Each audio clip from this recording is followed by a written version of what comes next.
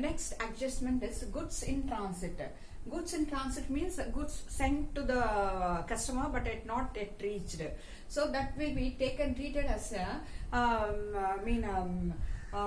asset, and it will be transferred to the credit side of the trading account, and debit side, that means asset side of the balance sheet. Now let us see goods in transit. Suppose goods in transit worth of ₹1,000 means trading goods in transit account debited ₹1,000 to trading account. In credit side of the trading account you have to write just like a closing stock and sales.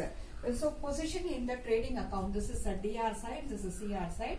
Here we are writing here sales account minus return, like that. Goods in transit account ₹1,000 we have to write in this amount column.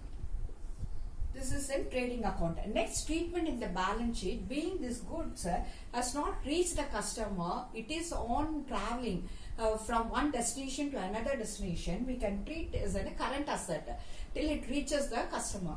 Okay, we can take this in the asset side of the balance sheet. This is the liability side. This is asset side. Here you are writing the asset just like a closing stock. We are to write goods in transit. Just like a closing stock we are writing in the asset side. That means current asset. It's treated as a current asset. Next one is a deferred revenue expenditure. Deferred revenue, what do you mean by next 13th adjustment is deferred. What do you mean by deferred revenue?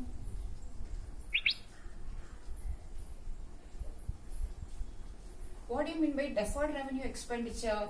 Any expenditure which doesn't meet the particular financial year, which will run for 4 or 5 years. For example, amount paid for advertisement of a product will not stop for 1 year. It will be carried over for the another 4 more years.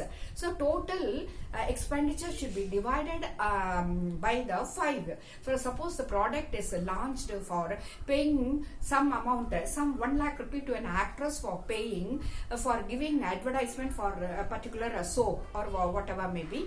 Then that 1 lakh should not be taken to the particular current year as an entire expenditure. It's called deferred revenue expenditure, which will be that amount 1 lakh will be divided by the 5 number of years, and the first year's account amount only will be taken to the profit and loss account as a deferred revenue expenditure, and the balance amount will be taken as a just like other prepaid expenditure. It will be taken to the asset side of the balance sheet. Now let us see the position in the balance sheet.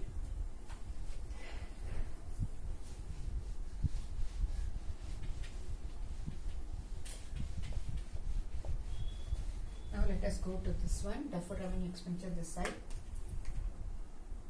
Suppose an advertisement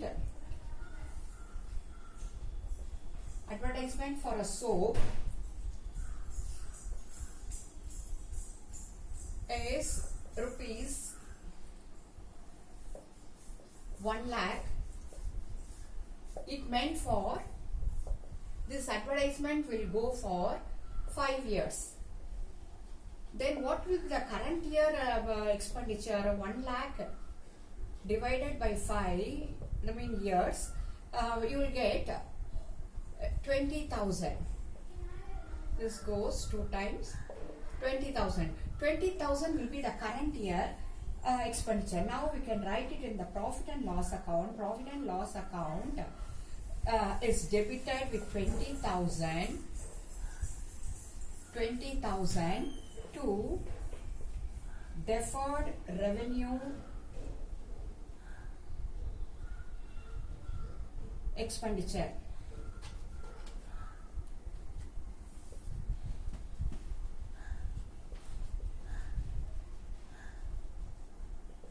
This will be taken only 1/5 to the current year, and the position in the balance sheet. In the balance sheet, in the asset side, just like other current assets, you this is the amount column. It will be shown in the current asset side as a deferred revenue expenditure, which is actually spent for 1 lakh. We can take this here. Calculation in separate place. 1 lakh divided by 5. You will get current year expenditure as 20,000 means balance 1 lakh. 1 lakh minus 20,000. The 80,000 will be treated as a deferred revenue expenditure. Remaining 80,000. 1 lakh minus 20,000, because 20,000 we have taken here in the profit and loss account, and the balance, the 80,000 will be taken to the balance sheet as a current asset. Okay, this is the next adjustment.